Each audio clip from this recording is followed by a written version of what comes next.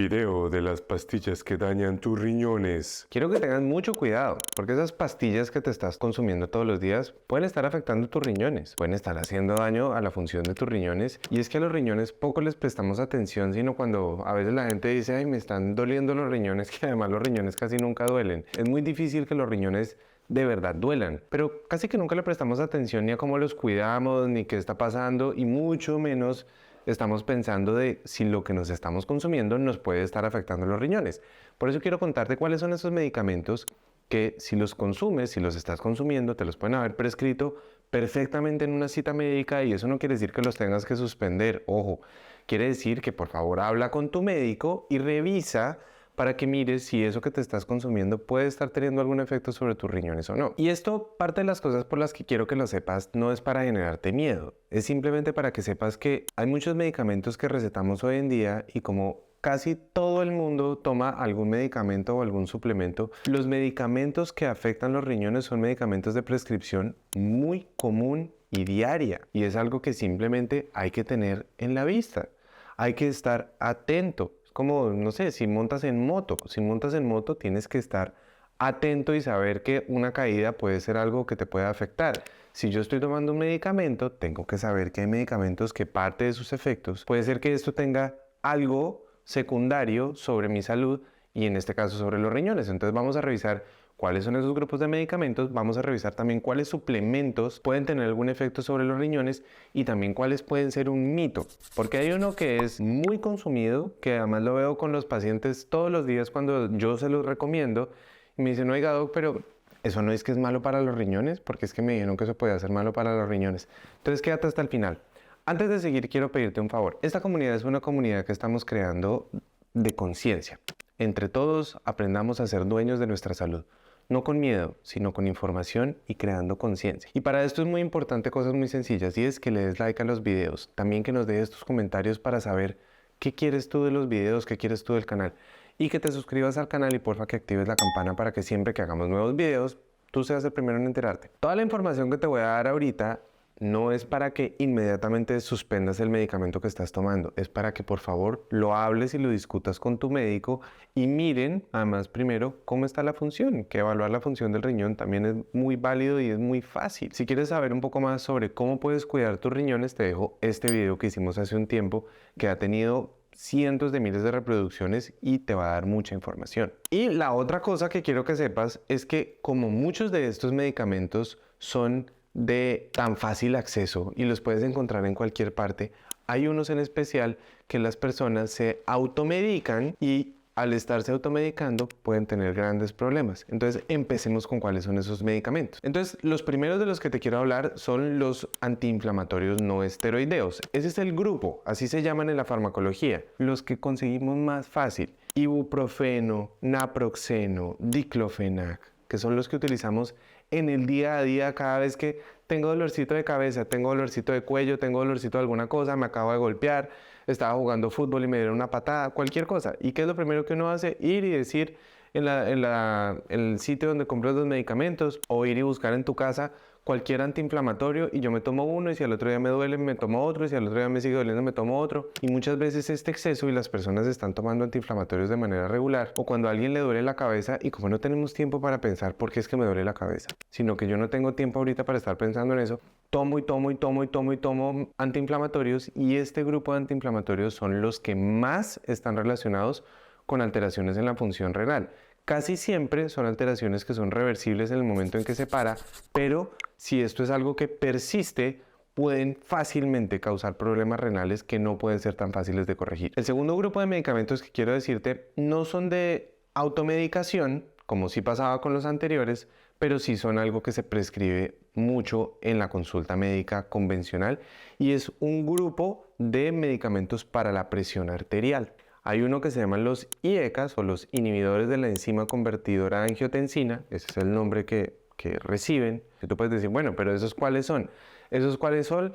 El enalapril, el captopril, el fosinopril, que esos son los nombres que seguramente te dices, ah, ese sí lo he oído. Ese sí me lo he oído en mí, en mi abuela, en mi tío, en lo que sea. Y los otros que se llaman los antagonistas de los receptores de angiotensina tipo 2. ARA2. ¿Cuáles son esos? Los sartán, el candesartán, el irbesartán, este también lo he oído. Ok, entonces ya sabes que esos que tienen esa terminación hacen parte de ese grupo de medicamentos. Son los que tienen mayor posibilidad de tener efectos con daño renal, pero eso no quiere decir que todo el mundo los va a tener. Eso no quiere decir que no los debes consumir. Eso quiere decir que los vas a utilizar bajo supervisión médica. Usualmente no pasa absolutamente nada cuando tiene supervisión y cuando se hace en la dosis adecuada que tiene que ser. Cuando lo hacemos de esta manera, no pasa absolutamente nada. Los casos que yo he visto en mi carrera de pacientes que tienen efectos secundarios por antihipertensivos, la verdad son mínimos. Entonces no quiero que por favor vayas a salir corriendo a tenerle miedo, es simplemente que sepas que esto puede suceder. Ahora, el tercer grupo son grupos de antibióticos, que es lo que se considera que son nefrotóxicos, es decir, tóxicos para el riñón. Y dentro de estos nefrotóxicos hay antibióticos, también hay algunos antivirales, pero quiero hablarte de los antibióticos. Los antibióticos son principalmente uno que se llama la vancomicina, otros que hacen parte como de estos grupos de antibióticos que los podemos encontrar. Están los aminoglucósidos, como donde podemos encontrar la gentamicina,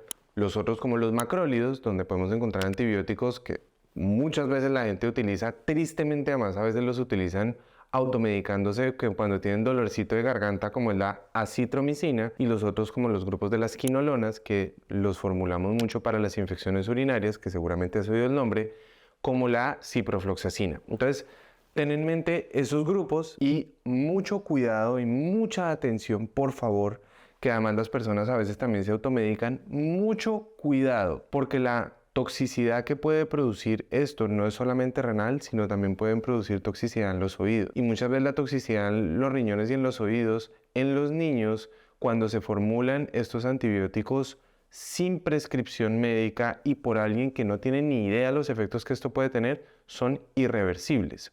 Y esto es una causa muy frecuente de sordera en la comunidad cuando ha habido uso indiscriminado de antibióticos, entonces mucho cuidado. De nuevo, ¿quiere decir que tienes que salir corriendo, que tienes que tener esta lista y nunca recibirlos? No, es saber que esto puede suceder y que nunca te los puedes autoformular. Ahora hablemos de los suplementos. Que los suplementos es quizás de ese mundo en el que todo el mundo se automedica y todo el mundo cree que se los puede consumir porque no pasan absolutamente nada, pero también hay un montón de mitos. Y vamos a hablar principalmente de dos. El primero es la creatina. Entonces tenemos la idea que como la creatina hace parte del proceso muscular de lo que en el cuerpo después se puede convertir en la creatinina, y la creatinina es algo que eliminamos por vía renal y que es un marcador en sangre que me muestra cómo está la función de eliminación del riñón.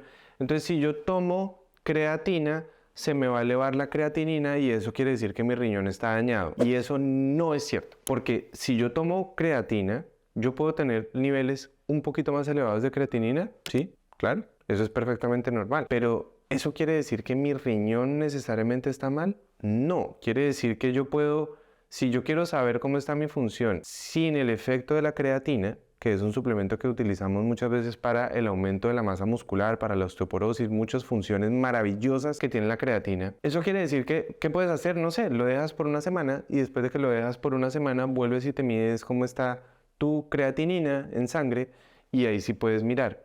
Pero eso no quiere decir que se te esté dañando el riñón. Y ojo, porque en esto hay mucha creencia, incluso habemos médicos que le decimos a los pacientes que cuidado que eso daña los riñones y eso no es cierto. Y el segundo es la proteína. La gente anda con un miedo con las proteínas en polvo. A mí me señalan y me dicen que es que por culpa mía, entonces ahora fulanito o fulanita anda tomando proteína porque yo trabajo para una compañía donde desarrollamos parte de los alimentos que hacemos son unas proteínas con muy alta funcionalidad, una empresa que se llama Savi. Las proteínas tienen una base de nitrógeno y que ese exceso de nitrógenos en el riñón se pueden comportar como un tóxico y que eso puede hacer que el riñón aumente su toxicidad. Eso puede existir en el mundo de los unicornios, en el mundo convencional, o eso puede existir si alguien se está consumiendo 3-4 gramos de proteína por libra de peso, que eso es una salvajada que no se come nadie. Entonces dicen, no, pero es que las proteínas en polvo sí, porque esas son las peligrosas. Vuelvo y te digo, un polvo de proteína, una porción de polvo de proteína, tiene 20-25 gramos. Yo necesito 120-130 gramos al día. Un niño, no, pero es que eso es peligroso, es en un adolescente. Un adolescente también requiere 100-120. Con un poquitico que se esté consumiendo un polvo de proteína no va a ser ningún problema. Entonces, todas estas creencias que las proteínas en polvo van a dañar los riñones, mira, no hay nada más falso, y además si las proteínas hicieran daño, pues entonces todo el mundo viviría con daño renal, porque hoy en día mucha gente consume proteínas en polvo. Las proteínas en polvo no son necesarias, pero son una forma divertida de llegar a los requerimientos nutricionales de proteína cuando uno no puede llegar tan fácil o cuando está en incremento de masa muscular entrenando en el gimnasio, lo mismo para poder llegar más fácil. Pero ni las proteínas en polvo, ni las proteínas en carne, pollo, pescado, mariscos, frijoles, kale, lo que sea, van a hacer que tus riñones lleguen a un daño, a menos que estés consumiendo unas dosis excesivamente elevadas a las cuales difícilmente un ser humano se va a poder comer. Entonces, para esto, por favor, no te comas ese cuento. Entonces, al final, ¿qué es lo que quiero que sepas y qué es lo que quiero que entiendas? Que definitivamente hay medicamentos que pueden generar daño en el riñón, unos que la gente todos los días se automedica y todos los días podemos encontrar en cualquier parte, como los antiinflamatorios. Otros que son de prescripción diaria, que la gente no los compra por su cuenta, pero son de prescripción diaria, sobre los cuales tenemos que tener simplemente atención, que son los que tenemos para la presión arterial. Y otros que deberían ser de prescripción médica exclusiva, como son los antibióticos y los antivirales, pero que tristemente muchas veces conseguimos la forma en algunos países de que nos los puedan entregar porque nos estamos automedicando o porque nos formula el señor de la farmacia, y ahí es donde puede existir un riesgo muy grande para el riñón, para los oídos, para el daño en la microbiota. Y recuerda que los daños que pueden existir por los antibióticos son completamente irreversibles.